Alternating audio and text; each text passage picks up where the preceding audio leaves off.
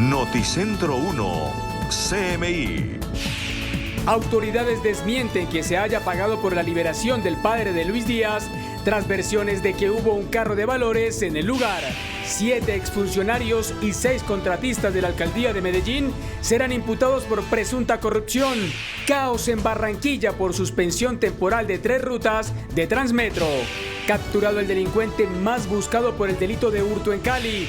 Informe revela que 80.000 menores de edad han migrado por el tapón del Darién. Con Luisa Tobo. Muy buenas tardes, bienvenidos a Noticentro 1 CMI.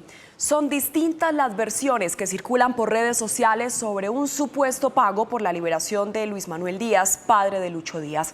Estilvengas, muy buenas tardes. ¿Qué dicen las autoridades al respecto? Así es, Luisa y televidentes, feliz tarde. Pues es que se conocieron algunas imágenes, específicamente de un vehículo de valores que estaba muy cerca al punto donde estaba el helicóptero en la ciudad de Valledupar, departamento de Cesar, el día de ayer en la liberación del padre del jugador de la Selección Colombia y de Liverpool, Luis Díaz. Pues mire, luego de que se conociera esta imagen y de supuestos pagos por la liberación del papá de Luis Díaz, el comandante de las fuerzas militares, el general Elder Giraldo, negó algún pago de esta índole. Bueno, yo tengo conocimiento de que se haya pagado alguna suma de dinero por su liberación. Lo que nosotros realizamos como fuerzas militares es crear las condiciones mediante un reposicionamiento de tropas que permitiría garantizar la entrega de esta persona. Y exigimos al ELN que ahora hagan lo mismo con otros ciudadanos que tienen en las mismas condiciones de secuestro. El general Elder Giraldo, comandante de las fuerzas militares, también se refirió respecto a las tropas que hacen presencia en el departamento de La Guajira. Dijo que no es cierto que salgan de este lugar. Nosotros una vez cumplimos con esta tarea, también es una misión humanitaria que logró la liberación de esta persona secuestrada. Inmediatamente nosotros retomamos el dispositivo para llevar a cabo un control efectivo en el territorio. Respecto a la situación en el Plateado, departamento del Cauca, también afirmó que seguirán hombres uniformados del ejército haciendo presencia especialmente en el cañón del Micay. Esta es toda la información desde el occidente de Bogotá. Stig Luengas en Noticentro 1 CMI. Stig, muchas gracias. Una nueva emergencia se presenta en el sur de Bogotá por un segundo incendio. Nicolás Romero, buenas tardes. ¿Qué es lo que pasa? Hola, ¿qué tal, Luisa? Buenas tardes para usted y para toda nuestra audiencia. Precisamente la mañana de hoy se volvió a alertar a la comunidad de la localidad de Ciudad Bolívar a causa de un nuevo incendio en la parte alta de la localidad. Me acompaña a esta hora la alcaldesa local de Ciudad Bolívar. Alcaldesa, bienvenida a este espacio. Muy buenas tardes y cuéntenos el balance del incendio que se presentó esta mañana. Bueno, hoy también tuvimos lamentablemente un incendio en el sector conocido como La Cruz, donde se vieron afectadas 6 estructuras. Cabe resaltar que en este espacio es un asentamiento informal, es decir, personas que se ubican de pronto en sitios que no deben habitarlo, sea por temas de remoción en masa, porque están cerca a algún cuerpo de agua, una quebrada y demás. Entonces, afortunadamente, gracias a la pronta reacción del cuerpo de bomberos, se reaccionó rápidamente y no se vieron afectadas más. En este momento pues están los equipos también allá atendiendo, haciendo el balance, pero pues por el momento sabemos que son 6 familias, estamos consolidando cuántas personas y demás. Tenemos también, alcaldesa, el día de ayer se presentó un grave incendio aquí en la localidad. ¿Cuál es ese balance que tienen ustedes y cuántas estructuras finalmente fueron las afectadas? Bueno, en el incendio de ayer, que ya fue aquí en la parte baja de la localidad, en el sector de Meisen, el último reporte del PMU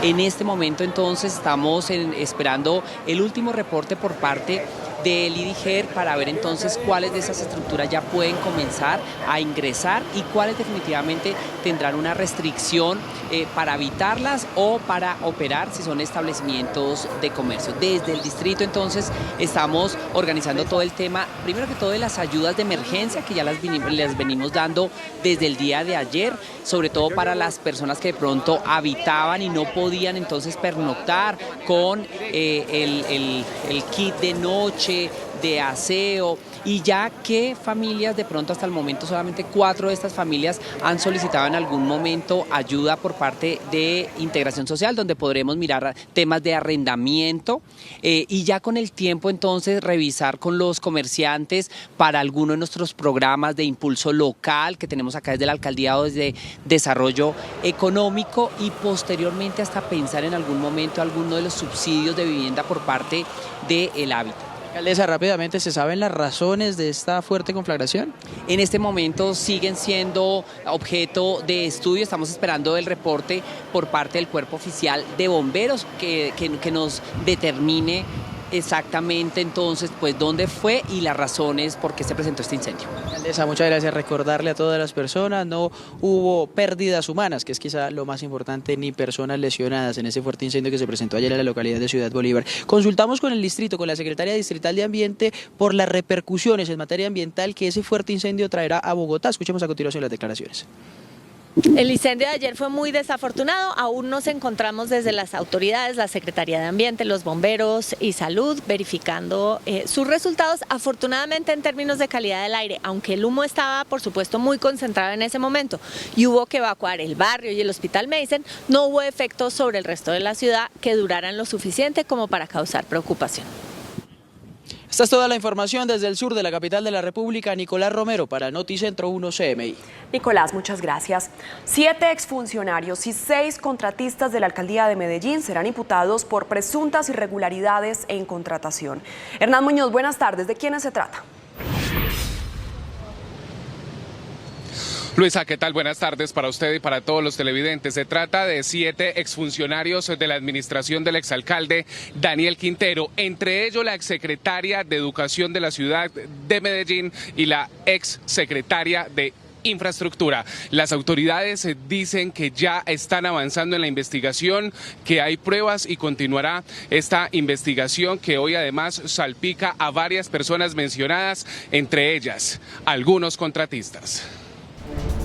Ellos son los 7 exfuncionarios de la actual alcaldía de Medellín que serán imputados por la Fiscalía General. Todos están inmersos en una investigación por presunta corrupción en 6 contratos suscritos entre 2020 y 2021. Entre los nombres salieron salpicadas Natalia Urrego, exsecretaria de Infraestructura, y Alexandra Gudelo, exsecretaria de Educación. Los elementos de prueba dan cuenta de múltiples anomalías en el trámite y celebración de 6 contratos que superan en valor los 67.586 millones de pesos. 2 de los casos investigados son, según la Fiscalía, en 2020 la Secretaría de Infraestructura suscribió un contrato con Metroparques por 5.250 millones de pesos para el manejo de las zonas verdes de Medellín. El ente acusador reveló que se comprobó que Metroparques, a través de una invitación privada, convocó a 3 empresas de un mismo núcleo familiar. Es considerado el caso más sensible que tiene que ver con la alimentación de los niños. La Secretaría de Educación celebró un contrato con la Corporación Colombia Avanza por un valor total de 20.692 millones de pesos para la atención de niños, niñas y madres gestantes o lactantes del programa Buen Comienzo. Por estos hechos, la Fiscalía imputará el delito de peculado por apropiación a la exsecretaria de Educación de Medellín, Marta Alexandra Agudelo Ruiz, la exdirectora técnica del programa Buen Comienzo, Lina María Gil Zapata, y el contratista Henry Paulinson Gómez Montoya. El ente acusador reveló que 6 contratistas también serán llamados a imputación.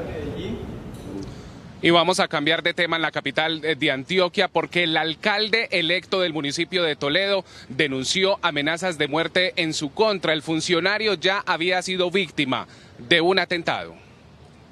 Porque la consigna de estos bandidos que hoy me quieren hacer daño, de aquellas personas que ya han pagado para que me asesinen, es que Johnny Marín no se puede posesionar el 1 de enero del 2024. Con temor, el alcalde electo de Toledo, municipio del norte de Antioquia, denunció que nuevamente fue amenazado de muerte y advirtió que durante la campaña se orquestó un plan para matarlo.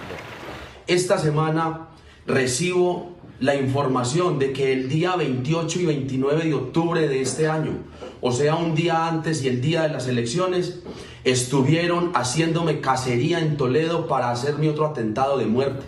Y aunque no mencionó nombres, el mandatario cree que se trata de una estrategia ilegal que viene, según él, por su liderazgo en el municipio. Marín fue alcalde en el periodo 2016-2019 y ya había sido víctima de un atentado. El día 30 de octubre del año 2022 recibí un atentado de muerte donde me impactaron con 3 disparos en mi cuerpo. El mandatario electo le pidió a la Fiscalía acelerar las investigaciones y reiteró que necesita todas las garantías de seguridad para ejercer a partir del 1 de enero. Y terminamos con una tragedia familiar en la comuna 3 Manrique, en el oriente de la capital de Antioquia. En medio de una aparente discusión, un hombre asesinó con arma blanca a su sobrino y dejó gravemente herida a su madre. Esto ocurrió en las últimas horas en esta zona de la ciudad. Las autoridades confirmaron que el ataque se produjo con arma blanca. La víctima quedó prácticamente en el suelo, ni siquiera lograron auxiliarla para llevarla a un centro asistencial y su madre se recupera de las lesiones. Las autoridades hace pocos minutos le confirmaron a Noticentro 1 CMI que esta persona fue capturada y será judicializada en las próximas horas. Desde la capital de Antioquia, Hernán Muñoz, Noticentro 1 CMI. Feliz fin de semana. Hernán, muchas gracias. Desde ayer los usuarios de Transmetro en Barranquilla han enfrentado dificultades por la suspensión de algunas rutas del servicio en el área metropolitana. Jorge Castro, muy buenas tardes. ¿Qué responden los operadores? Luisa, muchas gracias, muy buenas tardes. Para tener una idea de lo que es la decadencia del sistema de transporte masivo Transmetro en Barranquilla. Hace 13 años, cuando comenzó a operar, eran 300 los buses que estaban en funcionamiento. Hoy son solo 143 y mucha atención a este dato, 120 se encuentran en los talleres a la espera de ser reparados. De 204 buses de la empresa Transmetro que debían funcionar, solo lo están haciendo 143. Muchos están varados en las mismas estaciones. Al déficit de 120.000 millones de pesos de las operadoras Sistur y Metrocaribe en los primeros 6 años, se suman ahora los 45.000 millones de pesos post-pandemia. La situación financiera es difícil y los operadores denuncian no haber recibido ni un solo peso de los 27.000 millones que destinó el gobierno nacional para Transmetro en atención a la crisis en los sistemas de transporte. Ya varias ciudades lo han recibido, Cali, Pereira, mismo Cartagena, algunas ciudades han recibido esos recursos que son para la operación y que en el caso nuestro estamos esperando que nos los entreguen para poder reparar esa flota que tenemos parada y que no opera el sistema. La situación de los carros varados pues se arregla con recursos. Al final, el usuario es el más afectado. Por horas debe esperar en las estaciones y resignarse a buscar un bus del servicio urbano como si no existiera Transmetro. Malo, pésimo el servicio. Ya tengo una hora, estoy esperando el servicio y no pasa, no mandan ruta. Además, llevando sol ahí, salió el sol y nos hemos llevado toda la mañana de sol. Ahí estaban los compañeros todos esperando el transporte para dirigirnos a la casa. Salgo trasnochado, imagínense, todavía estoy aquí dando vueltas. Ahora me toca salirme a buscar una ruta de bus normal que me lleve a la casa. Hoy, usuarios optaron por tomarse a la fuerza varios buses y obligar a conductores a hacer rutas suspendidas. Este sistema está totalmente colapsado, no sirve, no funciona. De hecho, hoy me tocó venirme forzadamente porque nos montamos en el primer bus que había por ahí. Definitivamente no está pasado, no, nos tomamos a la fuerza, la verdad. Lamentablemente vengo de Soledad y tuvimos que tomar una situación que no es lo correcto. Prácticamente obligar al chofer que nos trajera. ¿Por qué? Porque la situación lo ameritaba.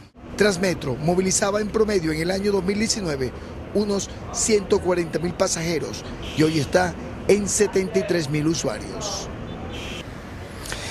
En otras noticias, el comando de la Policía Metropolitana de Barranquilla confirmó la captura en las últimas horas de un presunto extorsionista en el municipio de Malambo. Estaba dedicado a atacar las tiendas y establecimientos comerciales que no cedieran a las extorsiones. Anderson Fay Pérez Garizábalo, alias Cosito, es señalado por las autoridades como un comandante de la banda criminal Los Costeños en el municipio de Malambo. Su captura se produjo en el barrio Mesolandia tras los recientes hechos presentados cuando delincuentes habrían disparado contra establecimientos comerciales con el fin de intimidar a sus propietarios para el pago de extorsiones. Queremos informar a la opinión pública que se logra la captura de un importante actor criminal, autor de estos hechos de manera presunta, a través de un proceso de investigación entre Gaula Ejército y Gaula de Policía.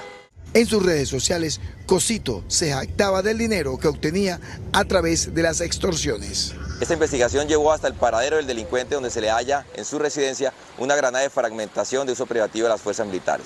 De esta manera continuamos nuestra ofensiva para el mantenimiento de las condiciones de convivencia y seguridad ciudadana y agradecemos toda la información que suministra la comunidad a través de los diferentes canales y las líneas de emergencia. También le incautaron a Cosito una motocicleta, un teléfono celular y 6 panfletos extorsivos a nombre de Los Costeños. Ya son 285 las capturas que reportan las autoridades este año en la lucha contra la extorsión. Noticias desde Barranquilla con Jorge Castro, Noticentro 1, CMI.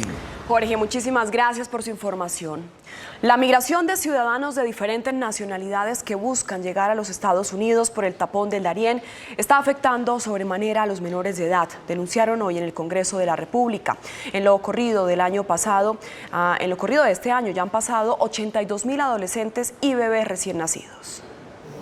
La situación de la población migrante que pasa por Colombia con destino a los Estados Unidos fue tratada por la Comisión Legal de la Mujer en el Congreso de la República. Allí la directora de Derechos Humanos de la Gobernación de Antioquia reveló que por su departamento han transitado migrantes de 105 naciones diferentes. En esas nacionalidades, principalmente venezolanos, ecuatorianos, haitianos y asiáticos. Y dio otro dato muy preocupante. Menores de edad, este año han pasado 82.558. Es una situación que además entraña unos enormes riesgos para niños y niñas y adolescentes, que son el 30% de la población que está pasando. Y de ellos, 28.354 tenían entre 0 y 5 años de edad. Y la senadora Aida Bella denunció que los menores migrantes son explotados sexualmente en las fronteras de nuestro país. Uno sale absolutamente deshecho de ver que los niños son entregados por sus propios padres a quienes van a comerciar sexualmente con ellos.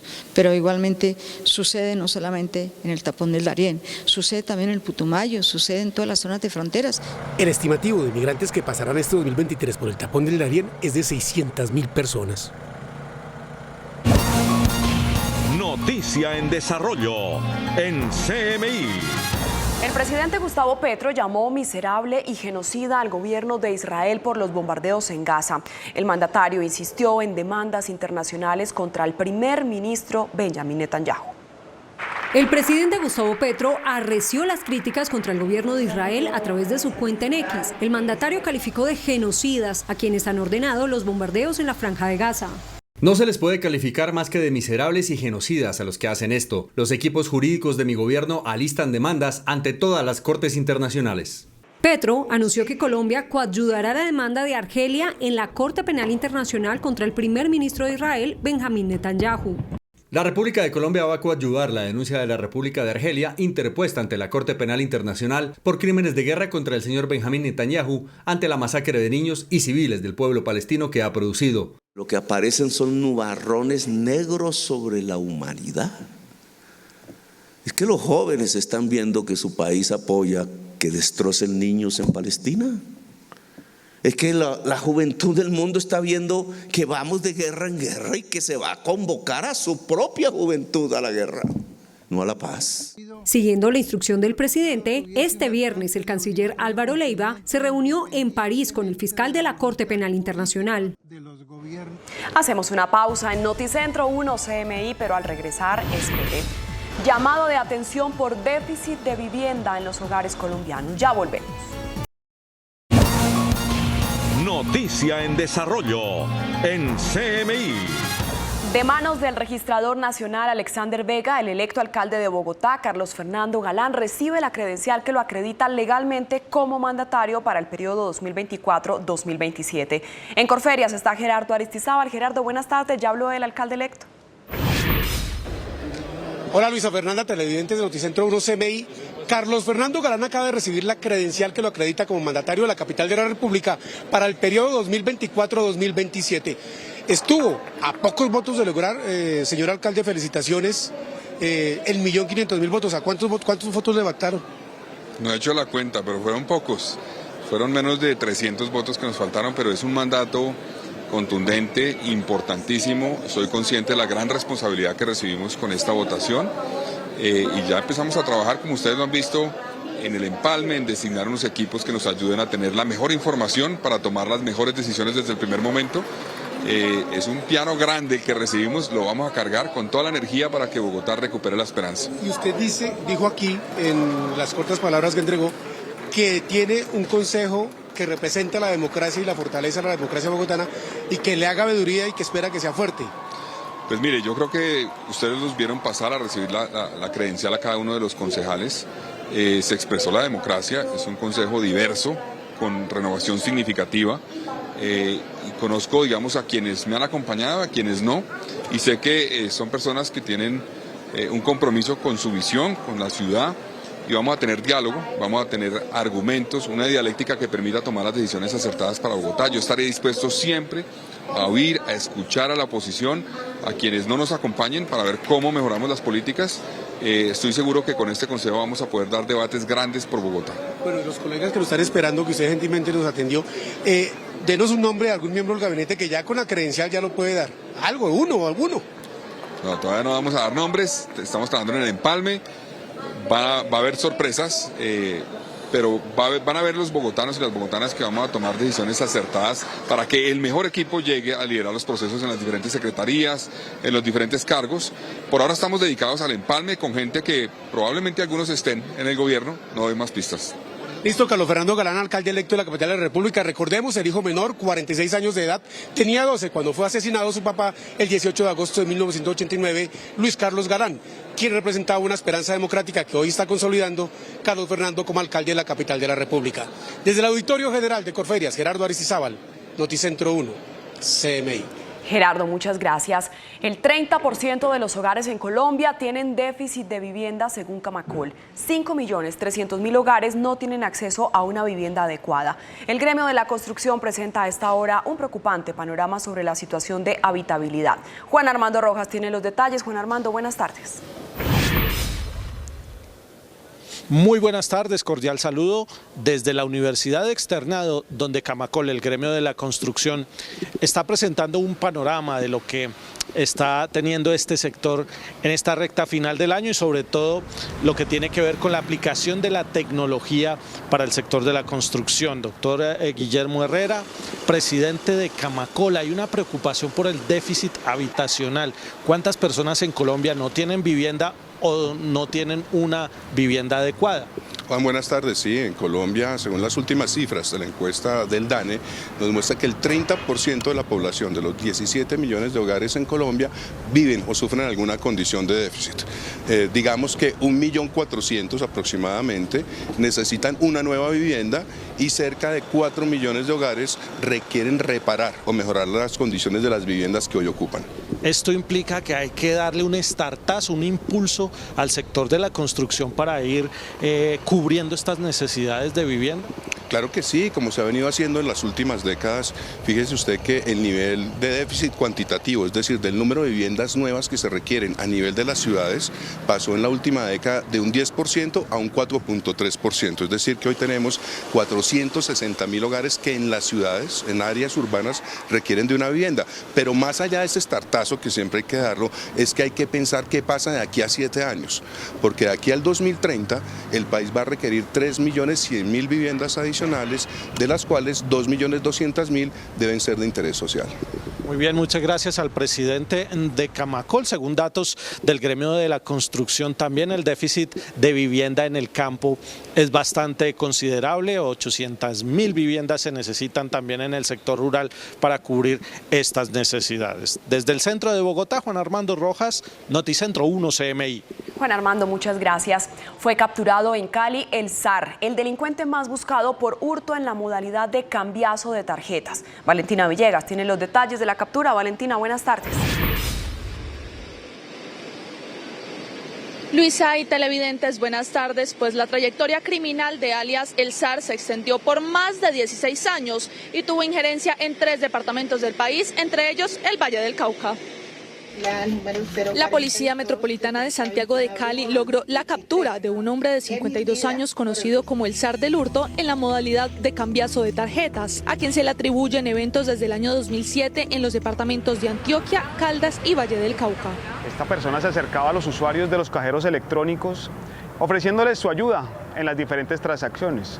Las víctimas generalmente eran adultos mayores a quienes en una audaz maniobra les captaba las contraseñas y les intercambiaba las tarjetas por otras con características similares. Alias Zar presenta más de 25 antecedentes judiciales por hurto calificado, tentativa de hurto, hurto por medios informáticos y cohecho, lo que llevó a que investigadores de la SIJIN iniciaran la investigación hasta finalmente materializar su captura. Las acciones operacionales de los funcionarios de investigación criminal e Interpol permitieron materializar la captura de este delincuente tras conocer un caso similar en el año 2019 en el barrio Porvenir de la ciudad de Cali.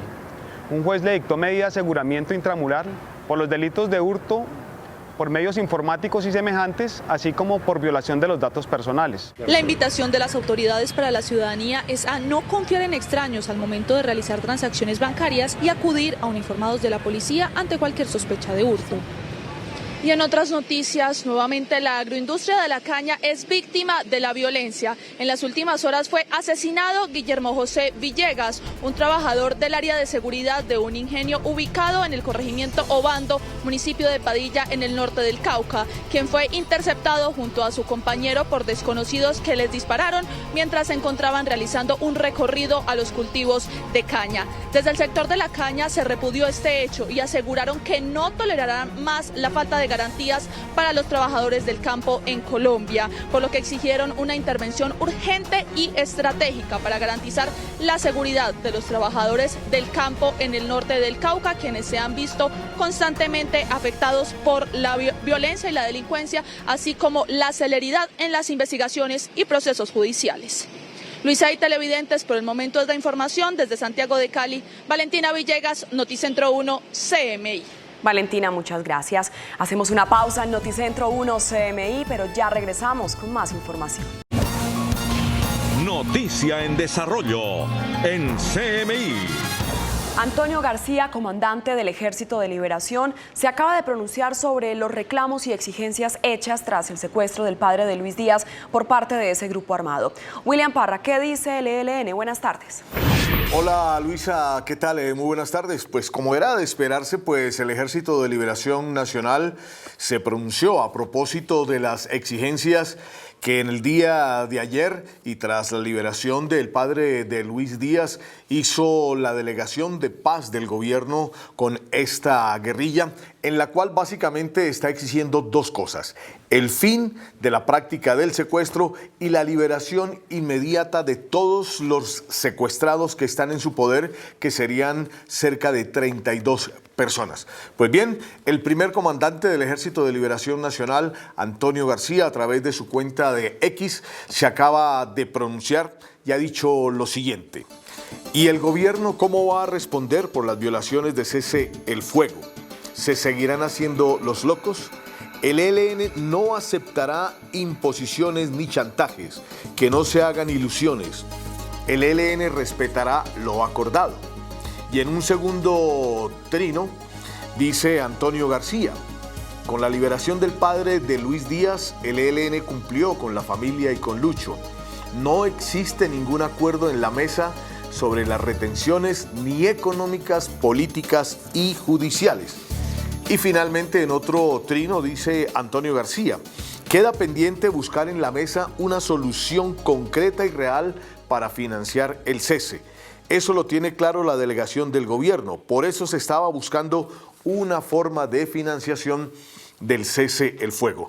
Recordemos que ayer la delegación del gobierno dijo claramente que pensar en financiar al ELN mientras esté armado es absolutamente imposible, que solo se puede hacer una vez el Ejército de Liberación Nacional transite de ser un grupo armado a ser pausa.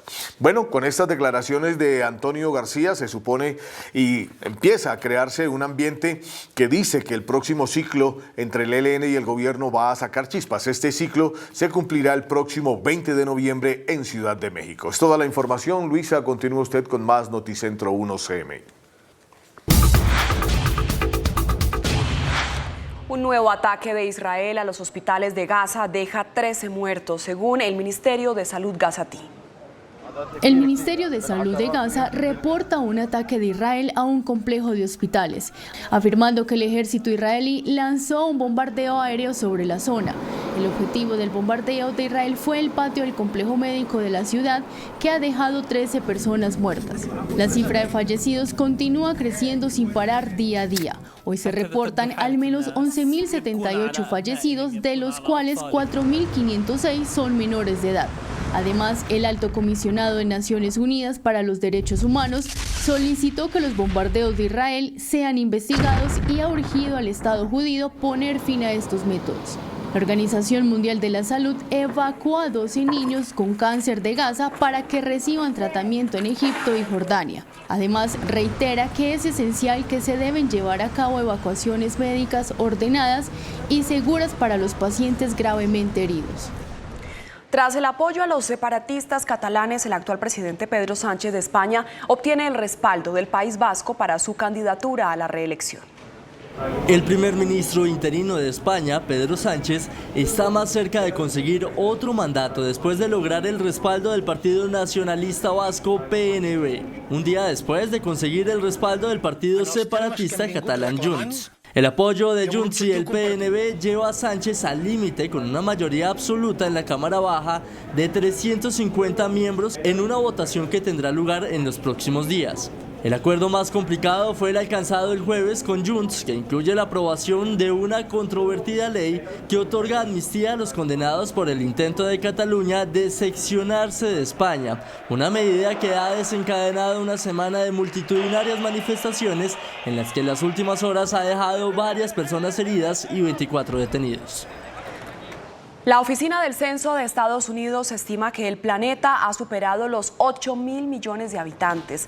El informe también menciona que el aumento de la esperanza de vida ha compensado el descenso de los nacimientos y que el crecimiento de la población global continúa la tendencia de desaceleración a largo plazo. Un informe de Naciones Unidas indica que más de 3 millones de personas en Colombia pasan hambre. Las problemáticas más agudas que por su parte afectan a los colombianos desde 2022 son la desnutrición y el sobrepeso. Según apartes del documento de la Organización de Naciones Unidas para la Alimentación y Agricultura, se estima que esta situación se debe a la pandemia, la inflación y la desaceleración económica. César, muchas gracias. Hasta aquí Noticentro 1 CMI. A continuación, no se pierdan Tú Tienes la Sazón y a las 8 de la noche una nueva emisión de noticias. ¡Feliz tarde!